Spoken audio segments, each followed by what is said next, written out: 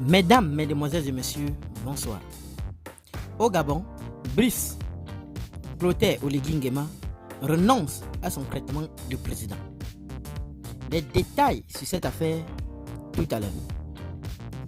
Le comité pour la transition et la restauration des institutions au pouvoir a annoncé que le chef de l'État renonçait aux privilèges qu'offre son nouveau statut et notamment au salaire présidentiel.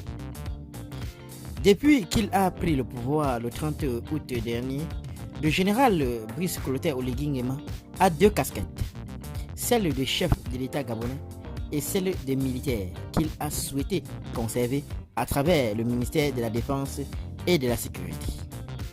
Mais pas seulement. Si un commandant en chef, en second, chargé de son intérim à la tête de la garde républicaine a été nommé, Oligui Nguema est toujours le détenteur officiel de la fonction qu'il occupe depuis le mois d'avril 2020. Le général de brigade a cependant décidé de ne pas cumuler tous les privilèges de ses multiples fonctions et de se contenter de son salaire de militaire. D'après un communiqué publié par le comité pour la transition et la restauration des institutions, le 18 octobre, le président de la transition a choisi de renoncer à son traitement de président de la République en ne conservant que son traitement de commandant en chef de la garde républicaine. Cette décision s'explique selon le porte-parole de la junte par des nécessités financières. Chaque jour qui passe permet au CTRI de réaliser un peu plus l'état de dégradation générale du pays et des finances publiques en particulier, victime d'une véritable furie criminelle, a indiqué le colonel Ulrich Manfombi dans une vidéo publiée sur les comptes officiels de la présidence. C'est donc conscient des urgences sociales et des nombreuses attentes du peuple gabonais qu'Oligui Nguema a fait ce choix moins de 2 mois après le coup d'État. Ali Bongo, Ali et l'élection de trop. Sur les réseaux sociaux, l'annonce immédiatement saluée par les Gabonais a eu l'effet escompté. Une mesure similaire avait été prise en novembre 2022 par un autre putschiste du continent. Le président de la transition burkinabé, Ibrahim Traoré, avait en effet annoncé ne vouloir conserver que son salaire de capitaine. Le général Oligui Nguema souhaite ainsi asseoir sa popularité au Gabon, mais également à l'international, grâce à une tournée dans la sous-région qui l'a conduit chez plusieurs chefs d'État.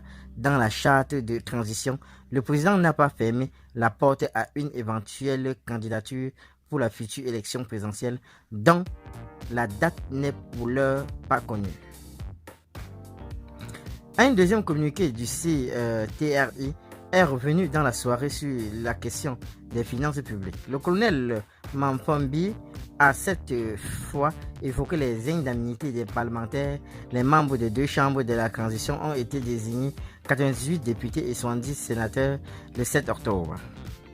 Sans préciser de montant, le CTRI a annoncé la réduction de l'indemnité des parlementaires, mais aussi la suppression des fonds politiques, la suppression de la prime de transport du 17 août et la réduction de moitié de l'indemnité de session. La fin de ces privilèges accordés jusqu'à présent aux parlementaires pourrait peser dans la balance financière du pays. D'après un rapport de mai mois-ci, analyste nommé ministre de l'économie début septembre, l'indemnité parlementaire de référence serait comprise entre 1,7 et 1,8 millions de francs CFA mensuels. À cela s'ajoutent 40 000 francs par jour de session à l'Assemblée nationale ou au Sénat, soit 7 millions de francs CFA par an en moyenne, mais aussi jusqu'à 1 million de francs annuels de primes de transport et les nombreuses primes dont bénéficiaient les parlementaires faisaient plus que doubler leur indemnité d'après le dit rapport publié en 2018. Qu'en pensez-vous sur cette affaire, chers internautes? Donnez vos avis en commentaire, sans hésiter de vous abonner à la chaîne, tout en activant la cloche de notification pour ne plus rien rater de nos prochaines vidéos. À très bientôt.